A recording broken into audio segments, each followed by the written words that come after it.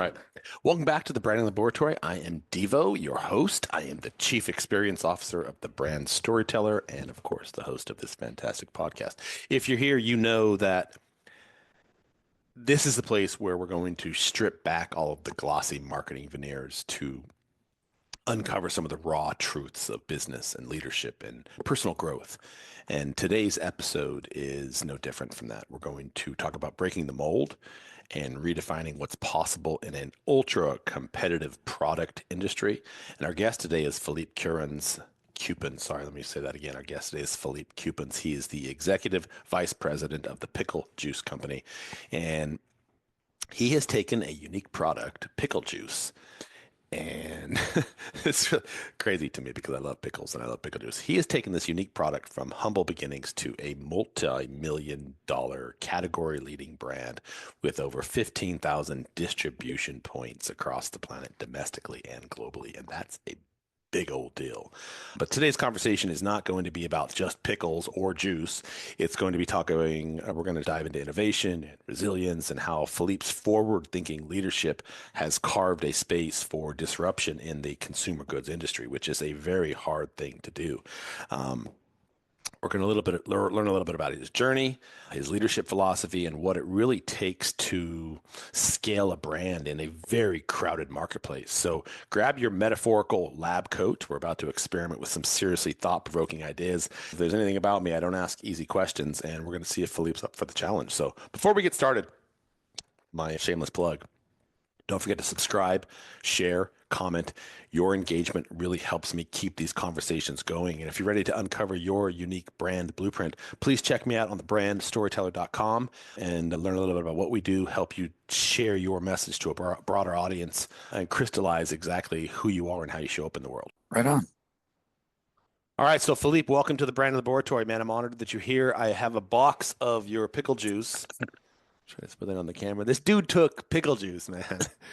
For real. You know what I love most about this show is that I get to interact with people who are so badass, doing so many cool things. Who would have thought to take pickle juice, put this into a little micro bottle, and then spread this around the world so that athletes and non-athletes alike could enjoy the idea of a pickle juice shot. So anyway, welcome to the show, bro. Thanks. It's great to be here, man. I'm excited. Tell me how this even began. Where did the idea even come from? I love pickles. It's like one of my favorite go-to snacks. And Yeah. funny story, the first job I ever had, like outside of my entrepreneurial stuff of cutting lawns and doing leaf picking up and that sort of stuff, I worked for a deli illegally. It was a couple of lesbian women who took a liking to me for whatever reason, and they hired me. I was like 12 years old, and my job was to work in the back. Basically, I was just like their bitch. I just did anything that was dirty that needed to be done. But they always had these massive buckets of pickles because it was a Yeah. deli, and they gave me free reign of the pickles, and I would always sneak away, and I would like always scooping out. I love pickle juice, and I would always be So scooping funny. out. And so, anyway, when I heard about your Well, product, I was like, we got to have him on the show. yeah, but now I'm going to blow everything up because pickle juice has nothing to do with pickles. And it gets even wilder. We actually trademarked the name pickle juice. So if you think about it, there's no such thing as pickle juice in the wild, right? Nobody's juicing pickles. The generic stuff is brine. So we picked that opportunity, trademarked pickle juice, and it became common in the vernacular. And now we suffer the same fate as like Coke and Kleenex and Sharpie and Kodak and Xerox and whatever else, Thermos, that people, there's now more consumer, not about creating awareness so much as like eliminating consumer confusion. So our awareness is like through the roof. But domestically in the States anyway, where there's a big pickle culture, like you alluded to, there's consumer confusion that we have to clear up. Overseas, that's not a problem at all. So it's really interesting, like that whole dynamic of we've created this high level awareness. We're piggybacking on the pickle hype and craze, but now we have to get people to understand if you drink pickle brine, it's not going to help you stop your muscle cramps because it's totally different components. We just share flavor profiles. Yeah, we get even like more weird and out there when people hear that. They're like, you did All right. what? All right. So let me back up. So I didn't Yeah. drink it for sports performance. I just drink it because I love salty things. Yeah. So what I'm drinking right here isn't actually cultured from pickles in the brine. This is just Correct. a proprietary product that you've created with similar taste, look, and feel, but it's actually something completely different. Yeah, and we didn't even really set out to create the flavor profile intentionally. What we did was we took some research from 2010 when Dr. Kevin Miller discovered that muscle cramps are a neurological thing rather than a physiological thing. And I figured out how to block the nerve receptors that cause muscle cramping using a proprietary grain of acetic acid. And that happened to taste like pickles. So we leaned into it, added some dill as an emulsification agent, and we're like, we can call it what it does or what it tastes like. But we figured if we gave people a bottle of Cramp Stopper 9000, they'd be reluctant. So we went Even with pickle even juice. Brian might be the same way. I don't know. People really don't like it. Yeah, yeah. All right, so It's hold on a minute. wild. I want to read the ingredients here. So we have dual filtered water, organic Hmm. vinegar, salt, organic dill, oil, organic tapioca starch, organic rosemary extract, potassium, vitamin C, vitamin E, and zinc. So that's what's in your drink. What's Hmm. in pickle brine is water, vinegar, salt, sugar, spices like mustard seed, coriander, herbs like dill, garlic, fresh cloves, peppercorns, sliced onions, chili peppers, or horseradish for extra flavor. They truly don't have the same And food ingredients. coloring, yeah. Hmm. All right, sorry, I didn't interrupt. I just wanted to clear that out there. Okay, Yeah. so you geniusly bastardized something that people love and just took that and turned it into a product. So it's even more innovative than I thought it was from the get go. So even more kudos and bravo. Thanks. And that was with the aim of removing any customer reluctance, right? Consumer reluctance, because it's like a completely new approach. Like we call our products hyper functional because they work really well, do a thing that nothing else does, even in pharmaceuticals, but do it using only organic ingredients. And because there's so much snake oil and crap in the market, right? You have to really cut through all that muck and get the consumer engaged.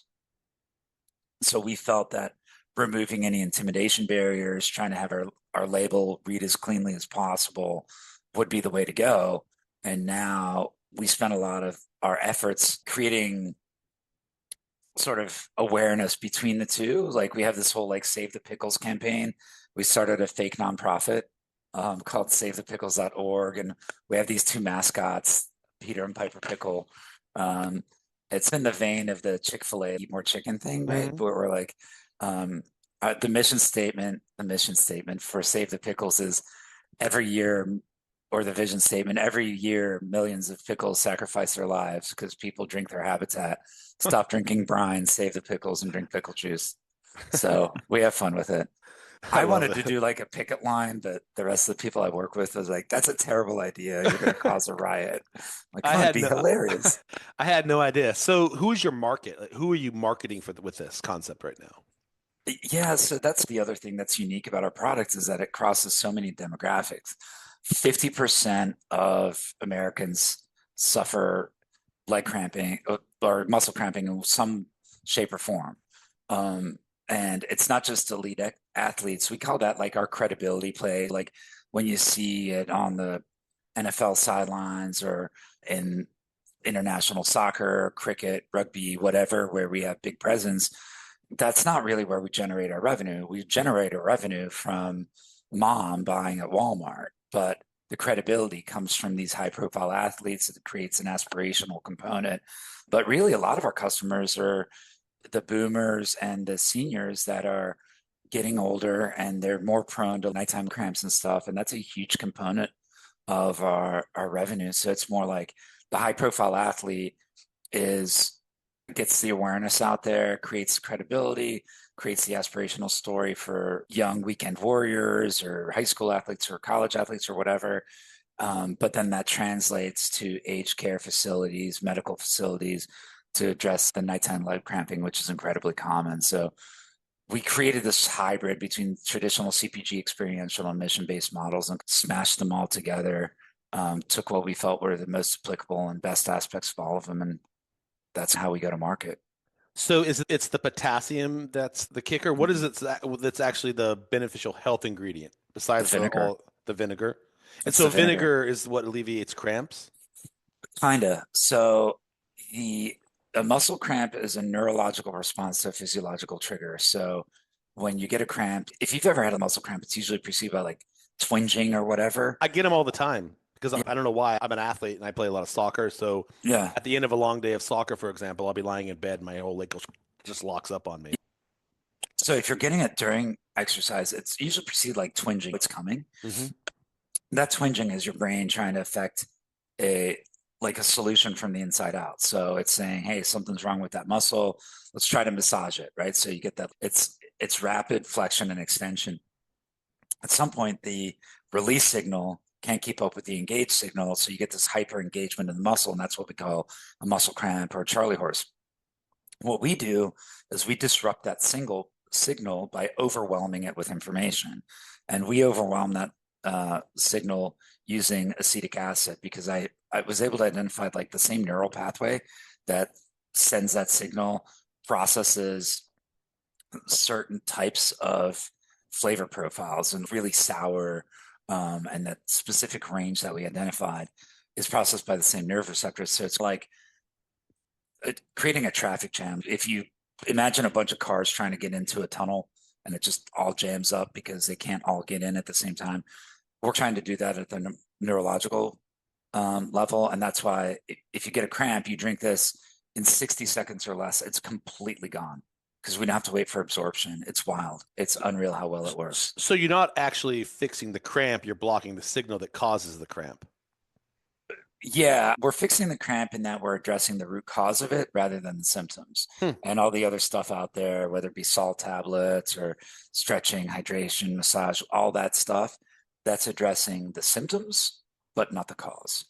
So in addition to cramping, what's the other purpose of drinking this? So we try to stay in the cramping lane primarily because Mm. that's where we have all the scientific evidence. That's where we do all the research. That's where we live. But functionally, people use it to sodium load or to replace electrolyte beverages as well, because that little bottle you're holding has the same amount of electrolytes as like 4 bottles of your standard grocery store bought sports drink. Like a Uh, Gatorade, which I'm assuming you're not allowed to say that, or you just kept that yeah, up. well, we just politely don't, I guess. Gatorade's not even Gatorade anymore. Gatorade used to be Gatorade, but now it's filled with all sorts of nonsense, from what I understand. Food Especially, coloring, sugar, yeah, yeah. all kinds of sugars. I was looking at the ingredient listing on that. All sorts of food colorings, which I think are getting banned now in America. I'm not really sure, but I saw yellow, red, blue, all these Red just got banned this week, and then yellow's probably next on the list. glycerol or something of that nature. I don't even know what glycerol is, but I know it can't be good.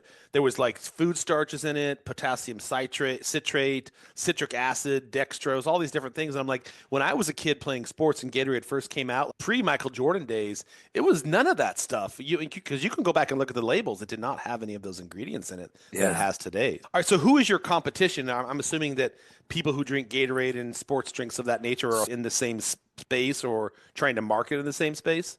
I mean, our competition really is misconceptions, right? It's people that think pickle brine is the same thing. And the reality is, unfortunately, there are some pickle companies that are trying to ride those coattails and they're packaging brine and making the same claims. So we sent out 98 cease and desists last year, and it's really Wow. annoying.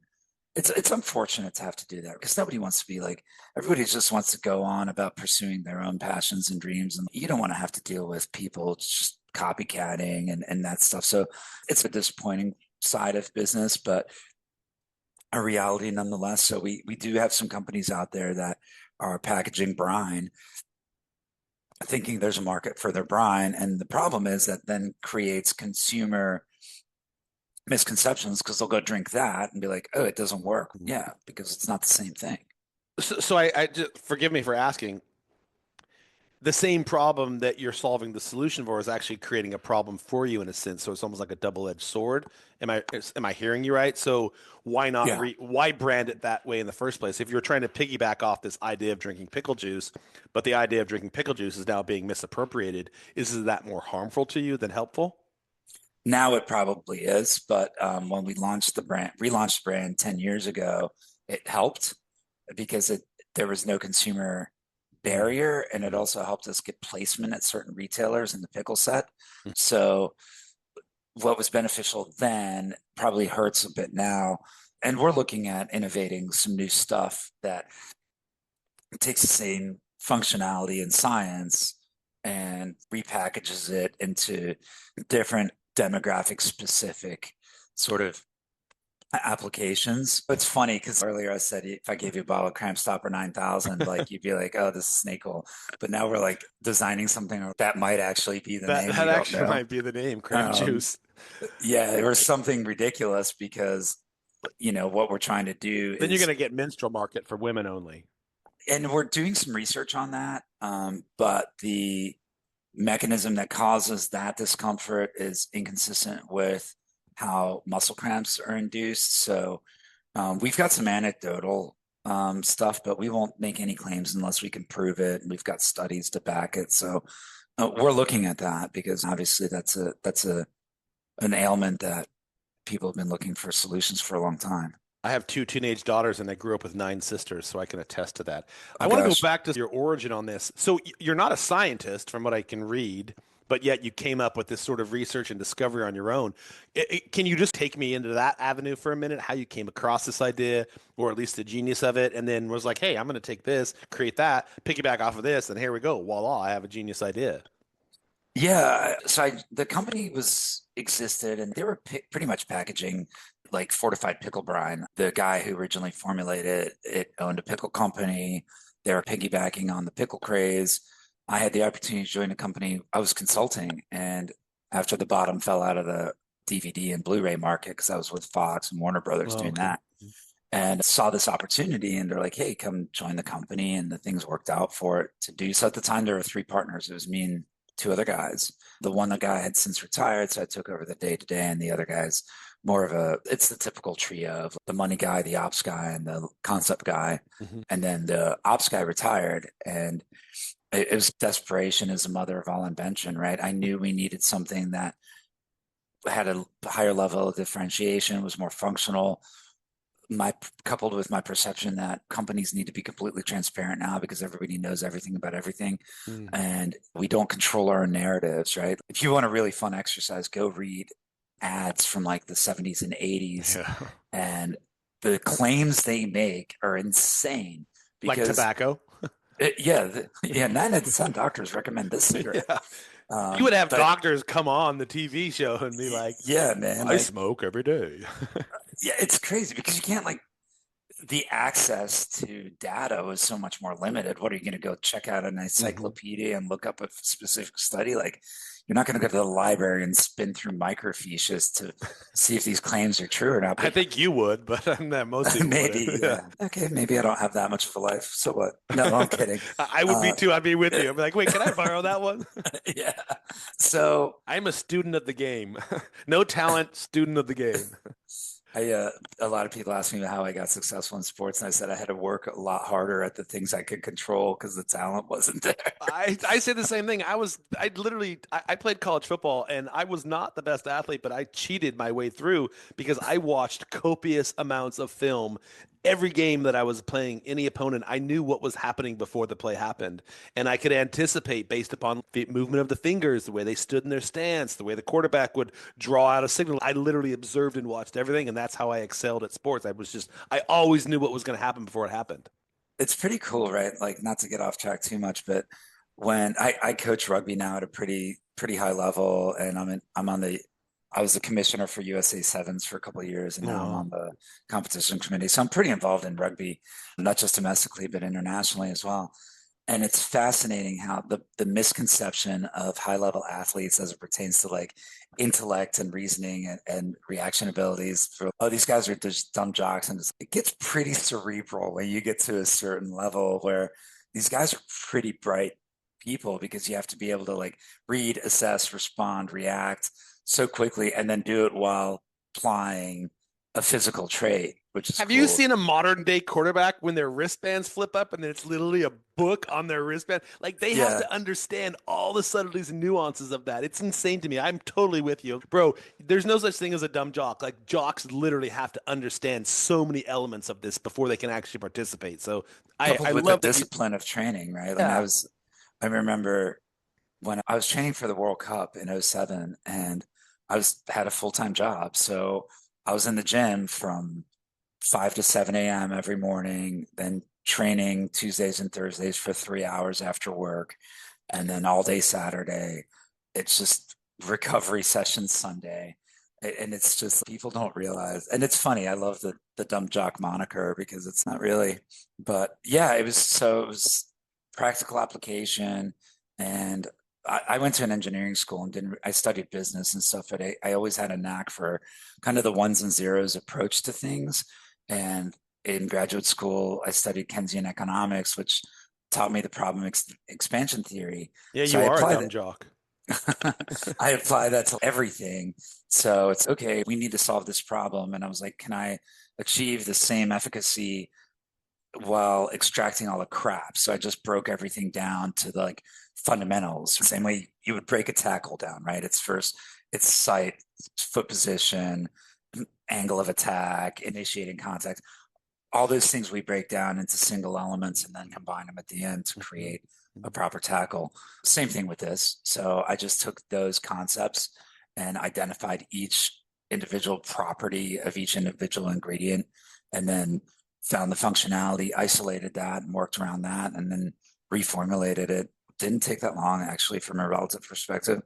Then did field studies and tests. Me being the first lab rat, there's other stuff I work on. I'm working on some VO2 max stuff, which is pretty cool. It can increase VO2 max by 3% for 6 hours after ingestion, which is huge. Are you guys involved in the NASCAR market? No, we're not. I got to connect you with NASCAR. We don't do any pay to play. And every time they've reached out to us, they're like, give us a bunch of money. And we're like, we don't do that. Mhm. So we have a bunch of brand ambassadors, but they're people who are like genuinely trying to spread our message. They believe in the product. They believe in what we stand for, who we are. We've avoided the whole NIL thing. We've avoided the whole paid ambassadors because here's the thing. I was really good at sports that don't generate revenue, which means that anybody would sponsor me and I'd be like, I recommend this cigarette. Like you were saying earlier. I remember taking sponsorships because it's the difference between sleeping in your car or getting a hotel room, right? You were like So, the original influencer model, yeah, except except there was you no, weren't strutting around in a bikini doing yoga poses somewhere. I yeah, hope. no, yeah, nor were people really interested in what I was saying or doing. Um, no, I started playing rugby to stay in shape for skiing because I had no gym discipline. I was a skier originally, and then I moved to Texas and skied twice since I moved to Texas. But and I got good at rugby, but that's a different story. But yeah, when I was skiing, I was getting these sponsors because they want like the competitive skiers and stuff to wear their stuff, and it's usually like in kind, which is in Yeah. that space, it's great because the stuff's super expensive, right? Hmm. Like top of the line coats with tracking beacons in them and all that kind of jazz. But I remember taking a binding sponsor because they were going to pay me to use their bindings. And I'm like, bindings are bindings. And I was ripping it out of my skis because there's so much torque on the ski. And I couldn't even use the bindings of the sponsor, but my blinders were on the paycheck. And from that firsthand experience, I didn't want to go down that same sort of disingenuous pathway and have paid endorsers because also our product's complex in its understanding. So you can't just get some influencer be like, yeah, give me 10 grand, I'll give you some shout outs because they would probably misconstrue it, talk about pickles and muddy that message. So we've avoided that so far. It probably means a little slower growth, but it's genuine organic growth. And we don't lose customers. Out of all the storefronts we've gotten, we've retained like 90% since day one. I was doing a little research on you just so I could better understand the market itself, and it's crazy to me because you took up market in it's a relatively niche market, but the industry is saturated with products, and according to Nielsen and the Food and Drug Institute, up to 30,000 new products are introduced to the American market alone every single year, and 90% of them fail within the first year. So, Yep. what's fascinating to me when I was starting to do some research on your business is that you've taken this product that nobody's ever heard of before, a very unique product in a very crowded marketplace, and you've created something out of nothing.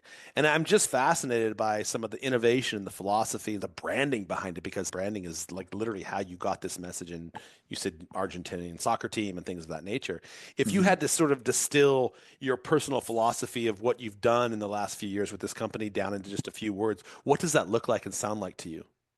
I think in order to have success in the CPG space or launching anything, you have to do, it requires a few things. The people that are involved at the strategic level have to be aligned, passionate, and committed. You have to have a singular focus. You have to, if you're going to introduce a product, you have to know what it is, what it does, and how it's differentiated. If you don't have a strong differentiation message, or your goal is to make money and not work for the man, you're going to fail. Like you can't be focused on what your personal objectives are. You have to be focused on the success of the thing, right? Whatever that thing is. And if you don't have that, you're going to fail. The biggest reason people fail, though, is cash. They run out of money.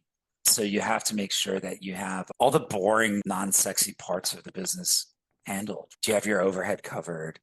Are you able to incur a bunch of costs and knowing that even if you get placement, one, can you fill the orders? And two, can you wait 180 days to get paid in some cases, right? Because you have to buy your raw materials, you have to make the product, you have to ship the product, it gets on shelf, and then usually your payment terms from that retailer start when it hits the shelf.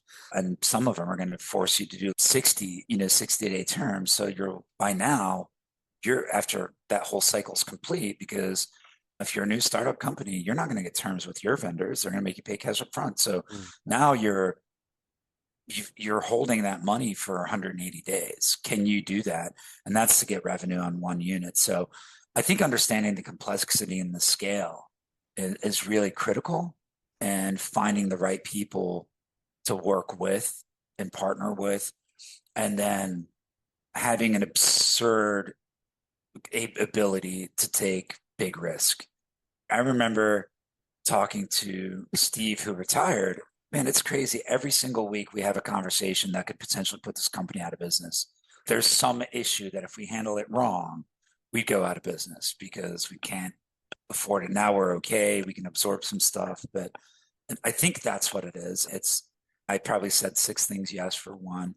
If I were to genericize it and say one thing, it'd be focus, I, unrelenting focus. I don't know that I was asking for one thing. I was asking for like your personal credos, philosophies around it. And I heard alignment, passion, differentiation, the boring minutia being sorted, and the right collaborations. I think did I recap that properly? Yeah, I think so. Going back to sports, right? Everybody sees what you do, in your case, on Saturday. What they don't see is Sunday through Friday. And you said it yourself. You were successful because you controlled the controllables.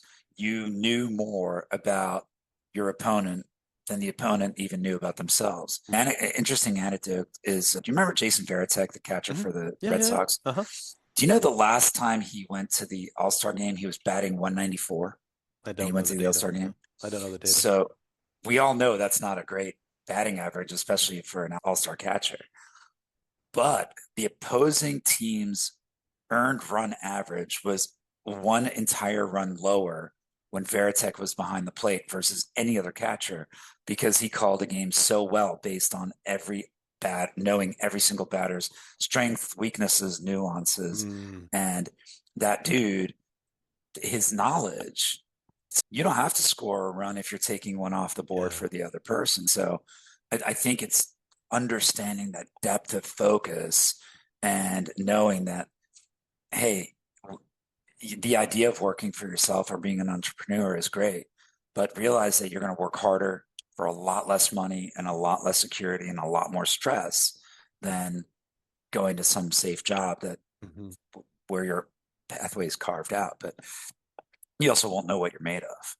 Yeah, 100%. I resonate with everything you just said. I had a corporate buddy of mine many years ago tell me, Devo, you have the life. You basically just show up once or twice here and there. You've got a couple of gigs, this, and you just basically chill the rest of the time. And I'm like, Are you talking to the same bro? Have you literally sat in my shoes for a week and seen like literally what goes on and having trying to run a business from the ground up? I'd never taken a single dollar from a loan. I've never taken a single dollar from an investor. I bootstrapped this motherfucker from the ground up, and I've never in my life worked harder. And I did 15 years in the corporate prison, and so I Yeah. know what the two look like. And being an entrepreneur, and you now know this because you've been in this space for a while, it is literally a squiggly ass line that, and on any given day, you just said it yourself, it can blow up in your face. And if you don't have the right pieces in place, the right personnel, the right vision, the right philosophy, the strategy, the SOPs, whatever it is, if you haven't sorted those things out, they're going to make your business successful, then it's going to turn upside down really fast. When you think about so I just love that you said all that. When you think about some of your early years, and I'm always fascinated to hear this sort of version from leaders, is one of the reasons I do this show, just because being able to have these conversations and learn from people like yourself and share that with a larger audience.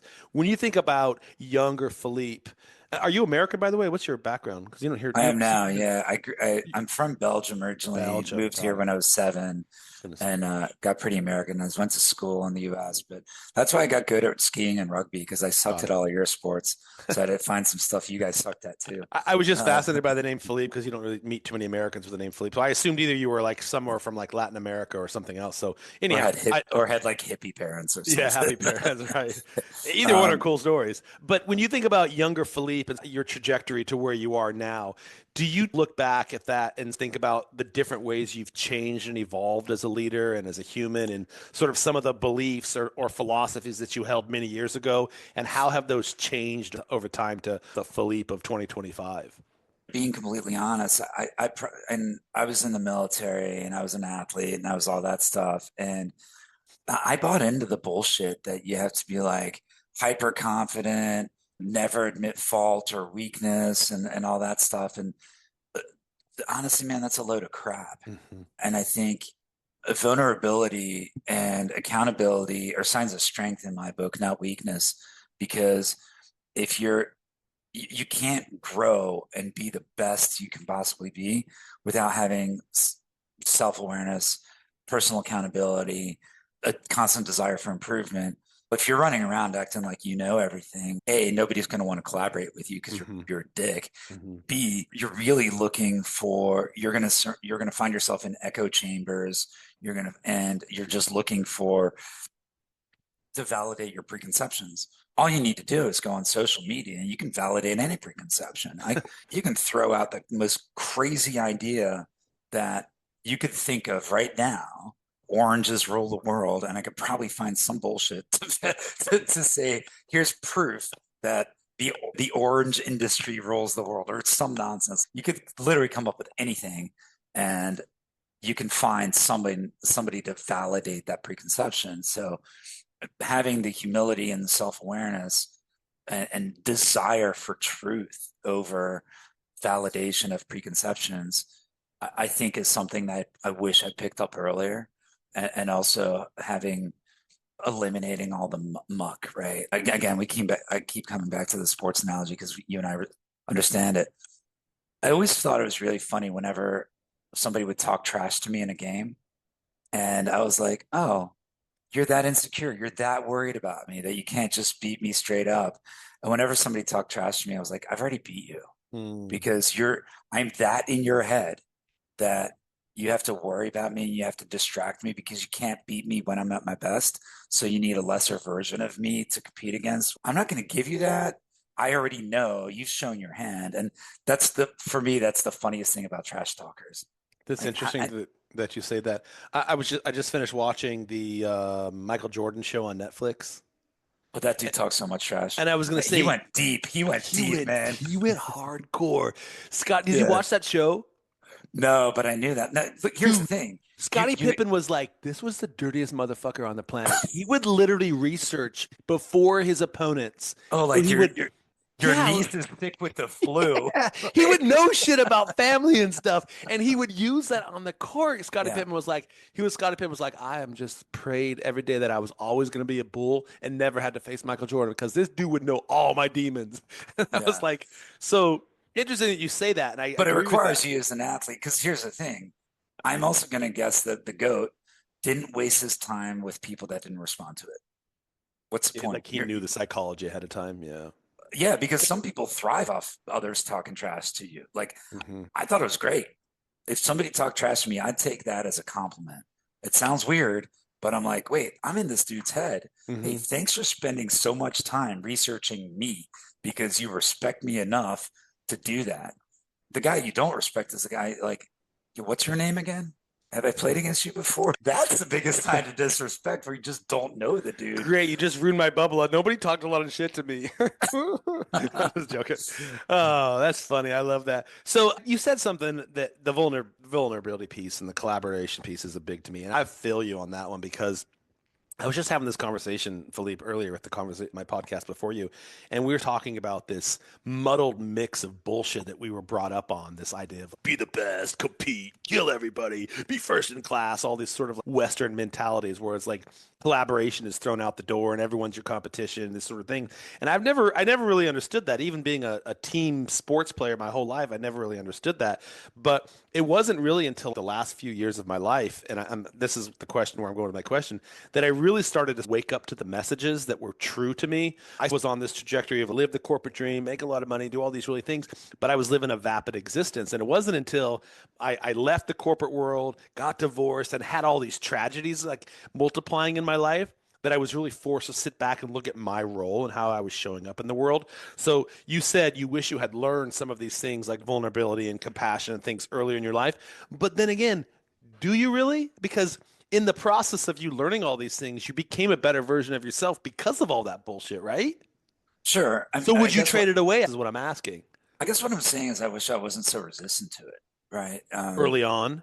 Yeah, I was in the military and then ended up working with some special warfare folks and stuff. What's really interesting is that as you evolve to higher levels of anything, right? It can, particularly in competitive arenas, whether it's the military, sports, heck, even business, when you start getting when your peers or other like leaders or people that are in the exceptional echelon of the participants in that space, you are 1% of the best high school players in the country to play college football. And then 1% of those guys will even sniff the NFL. You see Is these it guys. even 1%?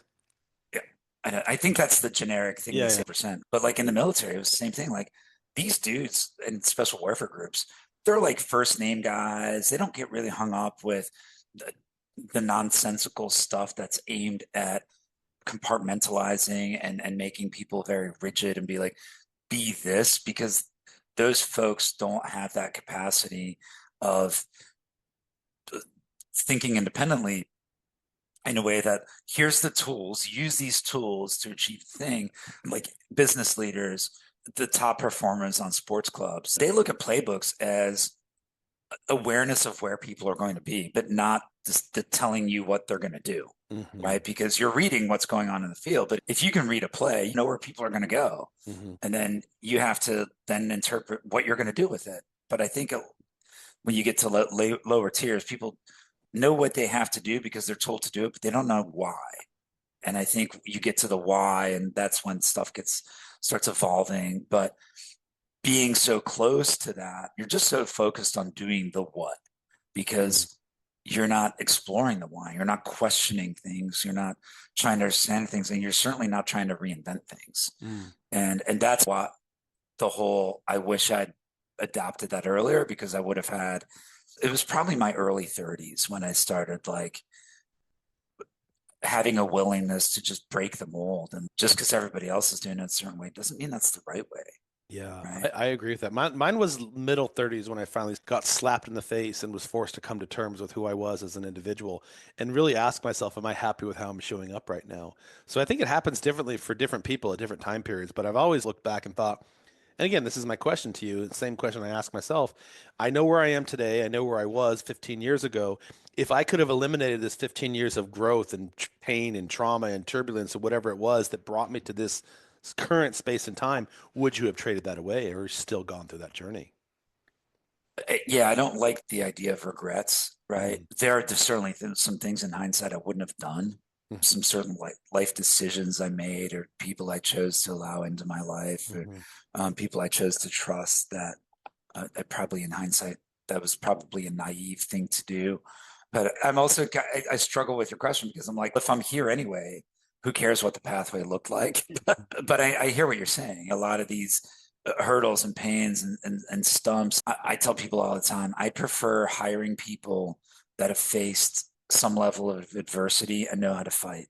Hmm. And it's the same reason the 236 quarter pick was the GOAT, and so many first pick quarterbacks are flops because Yeah. they don't know how to deal with the adversity when they face it, and they've never faced it.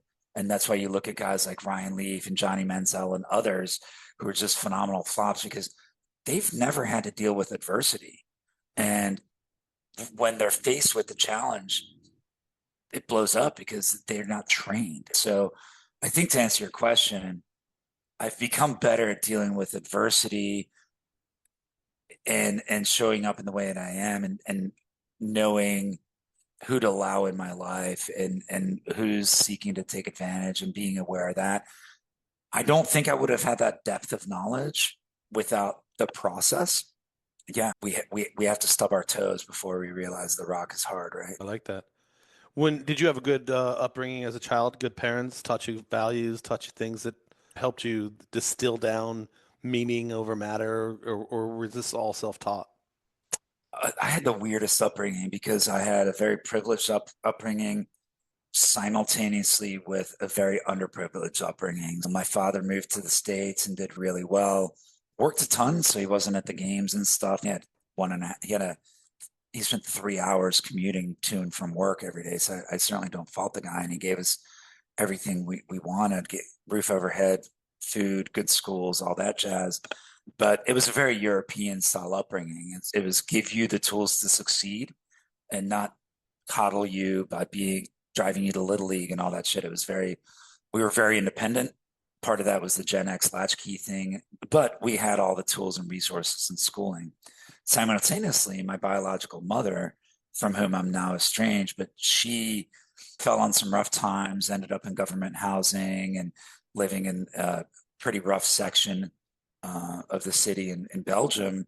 But that's where I spent my summers and Christmas vacation. So I was interacting with these kids that didn't have a childhood. I remember uh, one of my friends overdosing on heroin when he was 12 years old. It was just stuff you couldn't fathom being part of their normal day-to-day existence. I think that gave me a lot of perspective. Fortunately, I was into other activities and I never like during that whole peer influence phase. I thank God I had other healthy interests like sports and stuff to keep me disinterested from going down that route. But I really think it was only because I had other hobbies because Hmm. it's like when you're 13 years old, I don't care what you say, your peers are the ones that influence you. 100%. So yeah, I Zero, had an in, 0 to 7 is your parents. Then after that, you're free to the market. and it's who you're surrounded by, Hmm. right? Who are your peers? Who are your friends? But so yeah, I'd say I had a good upbringing in that I was able to, I had a pathway to university and I joined the army when I was 17 and went to college, grad school. And you don't become a professional skier if you don't have some tools and resources. Let's be honest. It's not a cheap sport and you can't get really good at that, but without being able to afford it. So Yeah. I'm certainly not going to be here and like, woe is me. I had it rough. I really didn't, but I had exposure to those who really did. And I think that gave me work ethic. Holy cow, that's real, that's tangible. I could end up there if I don't really work my ass off. And Hmm. so that sort of created this sort of bizarrely functional version of imposter syndrome where I was always trying to prove myself to myself because I think I didn't belong where I belong. So it was always okay. What's the next achievement? What's the next thing? What's the next thing? What's the next thing? So a lot of my drive came from an insecurity. And I think a lot of people's does. It's a weird dynamic, right? Like Yeah. your insecurity is what makes you successful because if I was completely comfortable where I was, where would the drive come from? Hmm. I'm going to use that with my wife. Tell her you're Sally. insecure and tell her to stop being insecure because only one of those is going to have a positive outcome. I had a human design expert on the show a couple weeks ago, and she was talking about the gender differences, and I was like, We really are from Mars and Venus collectively, man. It is so different, men and women. I just think it's a fascinating. I think it's a fascinating scientific. I don't even know, like lab on terms of like how men and women interact. Just just the entire ecosystem. Anyway, I'll get off topic. When you think about your childhood, and I do this for myself all the time, I'm trying to think about the things that I learned because I came from a very troubled background. My father was highly abusive, very poor. We had nothing. But I think about all the lessons that I learned in that adversity and some of the stuff that I still use today and how I raise my own children and how I show up in the world. And they do center around things that I learned as a child, even though they were rough and fucked up on many occasions. I still take some of those lessons and I use in my life today. When you think back on your childhood and like this upbringing that you've had, this diverse ecosystem that you've lived in, is there one thing that you look at? I am asking for one thing that really has stayed with you this entire time and been instrumental to the success you've had as an individual and with the Pickle Juice Company? Nobody owes you anything. I like Yeah. that. You, so that's the thing is you hear people, their plan is to win the lottery or fall into some inheritance or whatever. It's like, dude, your plan is to fail. And I think that's the thing where you're not entitled to anything. You're not owed anything. You're not the victim. The reality is just by living in the United States, we're the top like 1% of people in the world from a privileged perspective. Yeah. And then those of us that are fortunate enough to be doing well from, if you look at the Maslowian pyramid, like those of us who don't have to worry about food and shelter on a daily basis, we're probably in the top 0.5% of people globally. 100%. And I think not taking that for granted and always trying to work for it and not running around thinking the world owes you something. The world's not a fair place. And I think we need to, in a very healthy way, understand that. I also think that you can be successful without exploiting others or being or taking for others. I really believe that their integrity, honesty, and compassion are not independent from professional success. Mm. And the people that exploit others or seek success at the expense of others, those I don't respect those people at all Mm. because to me they're weak. Mm. They're not able to do it the right way. Find your own story, man. I love your mindset. I had the privilege of spending a month in Nicaragua, just outside Manila, and I was working with a religious group down there, creating content for them. And we spent a week literally with a community that lived in the dump. Yeah. Like they lived amongst the trash, and their homes they had manufactured from all the refuse that they had gathered on a daily basis that they either resell or found and rebuilt their homes. And like they literally lived in this dump. Like it wasn't like a town next door, it was in the dump site. And I'm just like, so to your point, man, we have no idea how blessed we are, really. If you live in the Western world or even in just anywhere outside of places like some of these third world countries, you just have no idea. Which is one of the reasons if I was president of the world, I would require everyone at some point, whether it's 16, 17, or 18, that you have to live in another country of a non-native speaking what you speak and live in that country for 1 year's time or more to be exposed to a completely different environment and understand here's where you grew up.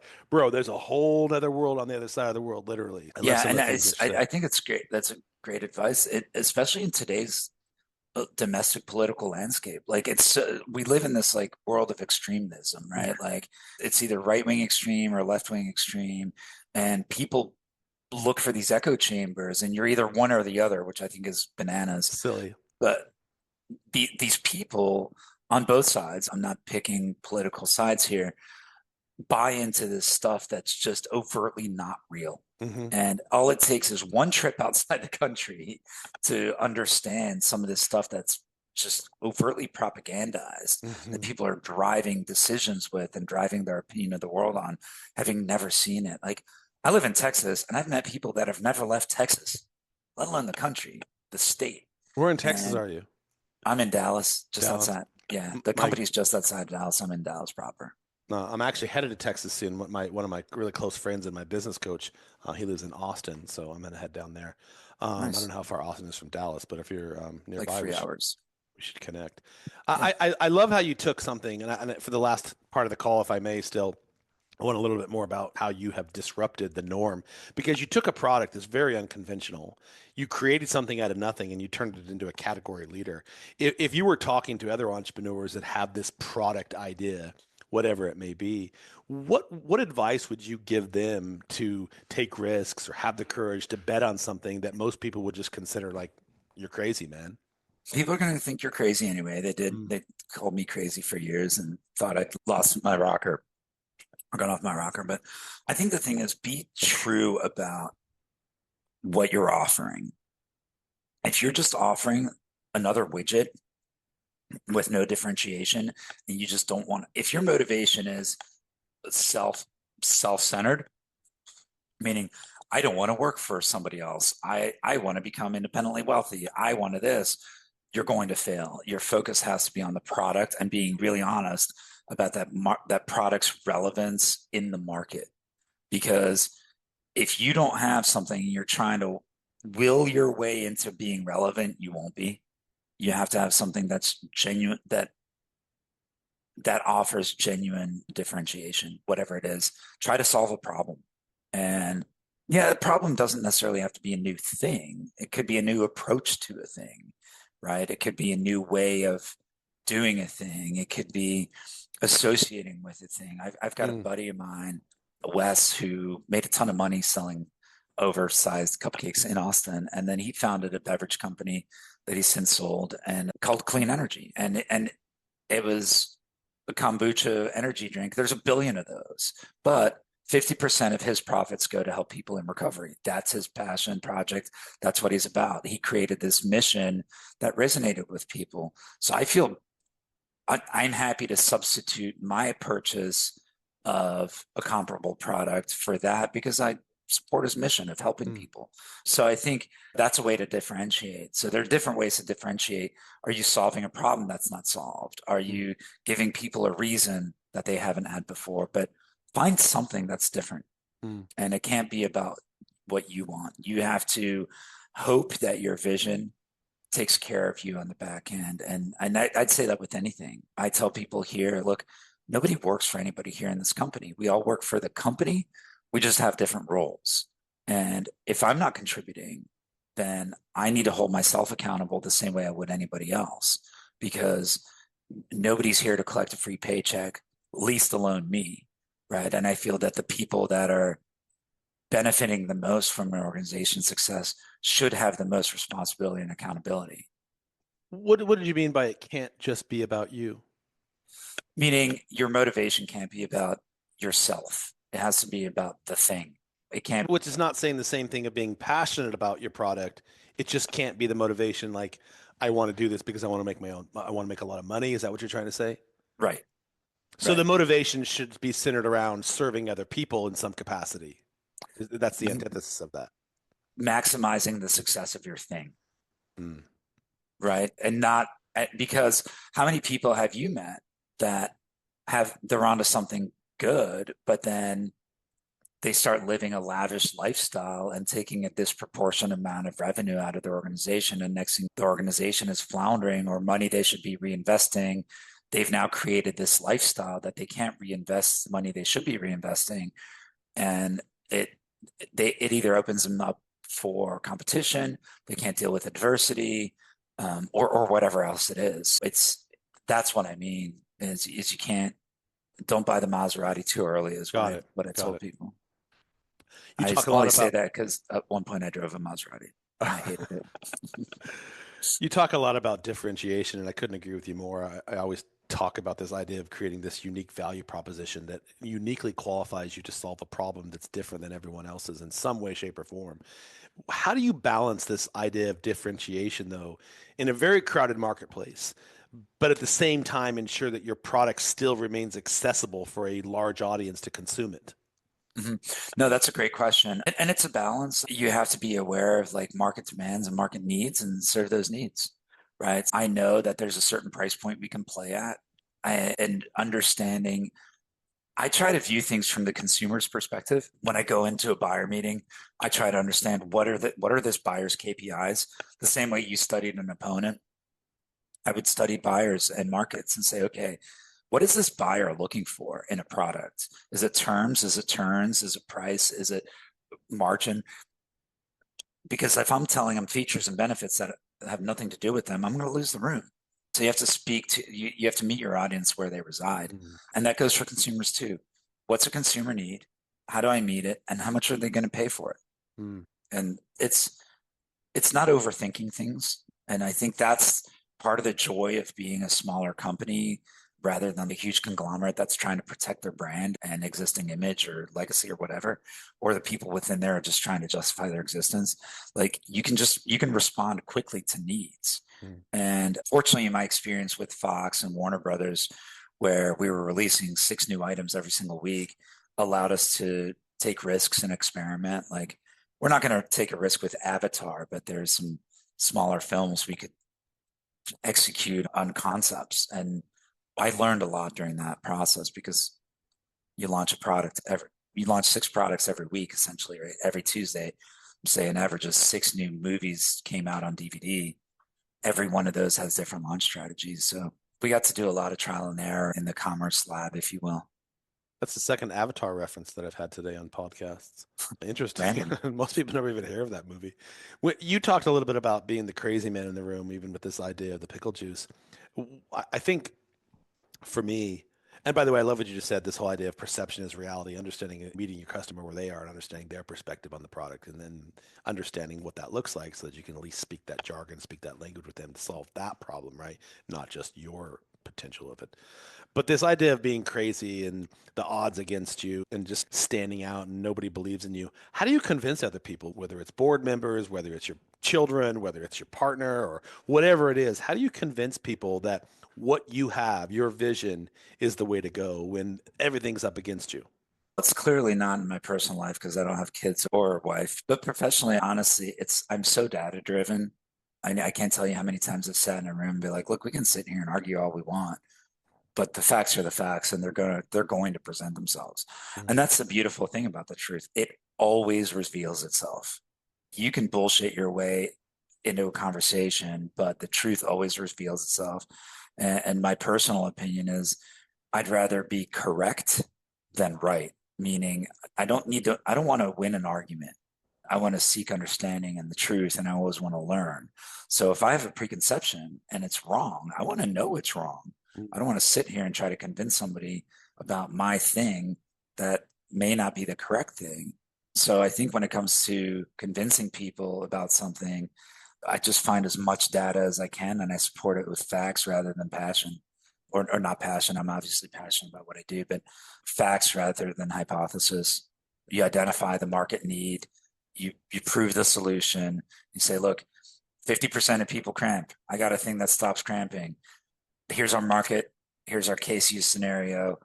This is what it looks like. I forecasted our business plan out for the next 8 years Hmm. already. Like we Wow. know based on what the market size is, what our revenue could be for 8 years out. What would you say that's one of your strengths as a leader? I think so. This I this think pragmatic anticipation and forecast. ability to see the data-driven approach mixed with the commingling of the intuitive factor. Yeah, I think that's probably one of my strengths is being able to anticipate how markets are going to react and behave. And it's also understanding how people within those spaces that make decisions are going to react and behave. So that's why I said out of all the placement we got, we retain 90% of it because we go after, we make bets we can win. And making bets means taking risks, but risks that are supported by data. Yeah, and also who you're targeting, right? What retail spaces are you targeting? Where because we're such a lean team, we have to be efficient with our time. We can't Mhm. just go everywhere and waste time on things that aren't going to generate ROI. We have to really identify where the opportunities are, where we're going to maximize our return, where we're going to be able to build sustainable growth so that becomes residual revenue and then we can pursue incremental revenue after that. So I think that's kind of one of the things that I've gotten pretty good at is that forecasting and strategic planning. Mm. You said at the outset of the show, or maybe middle, or at least towards the top of the coverage, I was asking you about your philosophies, and risk taking was one of them. But gleaning information from you and reading between the lines, I'm leaning in towards you take calculated risks. Is that a better way of saying that for you? Absolutely. Yeah. I Yeah. never make a bet that I don't know I'm going to win. Yeah, and just for my listeners, I'd love for you to define what that looks like. So there's risk taking and there's calculated risk taking. What's the difference between the two? Yeah. Risk taking is blindly going into something that you want to be true. Mm, Calculated risk is putting some things on the line with the expectation that it's going to result in a positive outcome. But we can't predict the future. We can only maximize the probability for success, but there's still a chance of failure, right? mm, Upsets happen all the time. mhm, 5-12 upset every single year in March Madness. mm, But we've been part of games where we upset the opponent. We've been probably part of games where we've been upset by the opponent and individual stuff too. It's the same in business. So calculated risk is analyzing all the data and facts and saying, okay, the probability that based on what our consumer demand is, our market segment, our demographic target in this store, this retailer targets this kind of people. Let's go ahead and pay the placement fee, which means we're going to be in the red for 6 months, but we think that our volume is going to be good enough after 6 months that it's going to generate a profit. And a year from now, we'll be way in the black on that. I think that's a calculated risk versus, hey, I want to sell my stuff in Target because it's a big retailer. mm. And that Um, goes back to what you said earlier. It can't just be about what you want. correct. Mm, Yeah. You see this in Amazon a lot where people are paying for a sponsored space that doesn't return revenue, but it looks nice. They're mm, like, hey, I'm on the homepage. Well, cool. It doesn't generate any revenue other than you can tell your friends at a cocktail party, look what my product's doing. mm. If you're building your company around your ego, the only thing that will be satisfied is your ego. I know I once heard a saying pretty recently. It said, you can be king or have success. You can't have both. I like that. I'm just writing that down. It's funny, the ego. It's a funny thing, isn't it? You can't live without it, but man, it can certainly destroy you if you don't know how to manage it properly, can't it? For sure, for Yeah. sure. I think it's a driving tool, but it's what's the old saying? I love my sayings, as you can tell. I'm a good crochet Absolute, man myself. absolute power corrupts absolutely, and I think ego's like that, right? If you don't hold yourself in check, or the outside world doesn't hold you in check for you, you're going to spiral out of control, and eventually it's going to come crashing down violently and completely. And or I've met a few people that meet the traditional definition of success, meaning they're wealthy and they have cool stuff. But they're so paranoid and distrusting of people because they've gained their success off the backs of others Mm, that every single one of their relationship is transactional.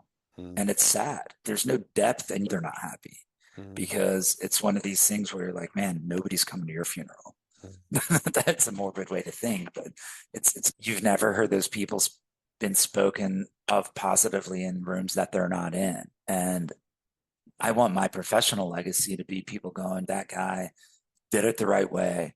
He developed me and his product. And I want the people that buy into what we're trying to do here to benefit from it and genuinely. Mm. It's not about me. I I, know I that always sounds idealistic and cliche, but it works. I always have that morbid thought. I always wonder if when I die, what people would say about me. And I hope that I'm obviously want to leave a positive impression, but I don't expect everyone to have liked me. But I hope that I made a difference in people's lives in some way, shape, or form, that I altered their trajectory towards a bigger, brighter North Star. And whatever that may be, whether it's my personal relationships or my professional relationships, that's what I hope to leave. So I love that you just shared that with me. I think that it's fantastic, and I've heard that quote before about corruption. This is something I've often wondered, and this is just a question I'm curious about your take on. Does power corrupt people, or are people inherently already corrupt and flawed, and power was the vehicle that just brought that out of them? I don't think so. I think people are inherently good. And I think all you have to do is look at kids, right? Like kids playing together. They don't know hate. They don't know greed. They don't know anything. They're generally collaborative, right? And I think that, and you talked about traveling, right? Cultures are inherently different all over the world, where you go to Western Europe and their culture is fundamentally built around the rising tide philosophy, where if we create an ecosystem that's good for everyone, the whole benefits. So you go to Western Europe and you don't see a very huge upper class. You don't see a very huge lower class. You see a huge middle class because the infrastructure is designed to prop up the country and the people as a whole. Mhm. You come here, and again, I'm not complaining because I wouldn't be able to do what I'm doing here in other places because there's no better place to be an entrepreneur than the United States. Mhm. So don't get me wrong, I'm not trying to say one's better than the other. And I serve this country with pride, and I'm a proud citizen. I feel I earned that citizenship by serving in the military and all that Mhm. stuff. Mhm. And that's not why I did it, by the way. I just felt that was a personal thing. Mhm. But yeah, sorry, I got off track. But No worries. That's probably my fault. I'm, but the ooh, corruption, squirrel. yeah, the corruption thing, right? Yeah, yeah. I think inherently people are good, and I think it's nurture versus nature in that regard, right? I think that it's easy to perceive that corruption and greed are good things because you see some people having material wealth and those people that don't have material wealth, right? Going back to the Maslowian thing, people who worry about where their next meal is going to come from, money is the most important thing to them because it solves the immediate problem that they have. Hmm. What people don't realize is money doesn't continue to solve your problems. It creates a baseline, but at some point you have to get into self-actualization and things that matter, legacy things. And that's why there's so many unhappy rich people because they've achieved wealth and realize they're still unhappy. Money doesn't generate the happiness. It just gives you tools to do things that you could do, but you still have to make the choice to do. It gives you more resources, doesn't it? In over Mhm. and you always have a choice in how you respond, whether you're poor or rich. You have a choice in how you respond in every situation. So if you have Right. more resources at your disposal, having more resources in the terms of money gives you more opportunities to have bigger impact. That's how I And view it. tools. Yeah, for Yeah, sure. And yeah. tools. In terms of leadership, and you've talked about these Maslow several times, sort of these ideas of physiological needs and the different areas of stuff. In terms of Maslow, like one of the pieces that how I understand it is this idea of leadership and like credibility and leadership. How do you show up as an individual in terms of leadership and looking at it from a standpoint of the impact that you make on other people's lives? How does that show up in how you manage people and how you manage collaborations? And the reason I ask is I'm actually writing an article right now for a magazine, and it centers around what is leadership. And leadership is you ask 10 different people, you're going to get 10 different answers. Mhm. But one of the things that I would think is at the cornerstone of all of these answers, and I'm finding this because I've been interviewing a lot of people asking them the same question, is that it still comes from a perspective of serving other people. And Mhm. how you serve other people is like they're where they have a variety of differences on it. If I may, can I ask you the same question? What is leadership to you, and what makes a great leader? I think a great leader is somebody who gives their the people they influence or their downline or however you want to communicate that, the abilities to be successful in the things that they want to be successful in. It's identifying their needs and finding things to get them to be passionate about, maximize their strengths, tools, and help them overcome their perceived shortcomings without exposing real shortcomings. So I believe that as leaders, it's our job to coach and get people to be better and do it through a positive, encouraging space. I don't believe in negative leadership. I believe in accountability and a high level of accountability, actually, but I like to be able to present those things from a fact-based perspective. Here are your KPIs. You're falling short on that. And unfortunately, some people they'll make excuses and justify failure, but we all know if you justify failure, you're never going to achieve success. Mm, I like that answer. In terms of, and just so we're closing out the show here pretty quickly here, I know, thank you for your time today. I really appreciate it, Philippe. It's been a good conversation. When you look at this idea of leadership to you and this inspiration of others and leading other people, is there something that you would hope, and we talked about this morbid curiosity with your funeral, is there something that you would hope that what you've done so far in your, I don't know how old you are, I'm going to say somewhere between 40 and 50, in your 40 to 50 years on this life, that you hope has a perpetuation and a resonance that stays on forever in terms of the legacy you've left here when you look at what you've done so far outside of the Pickle Juice Company, but Um, you as an individual? yeah, I mean, that's the challenge, right? Can you create something that outlives you? And I think that's the standard I set for myself. I firmly believe in giving back, especially in spaces that have disproportionately given to me.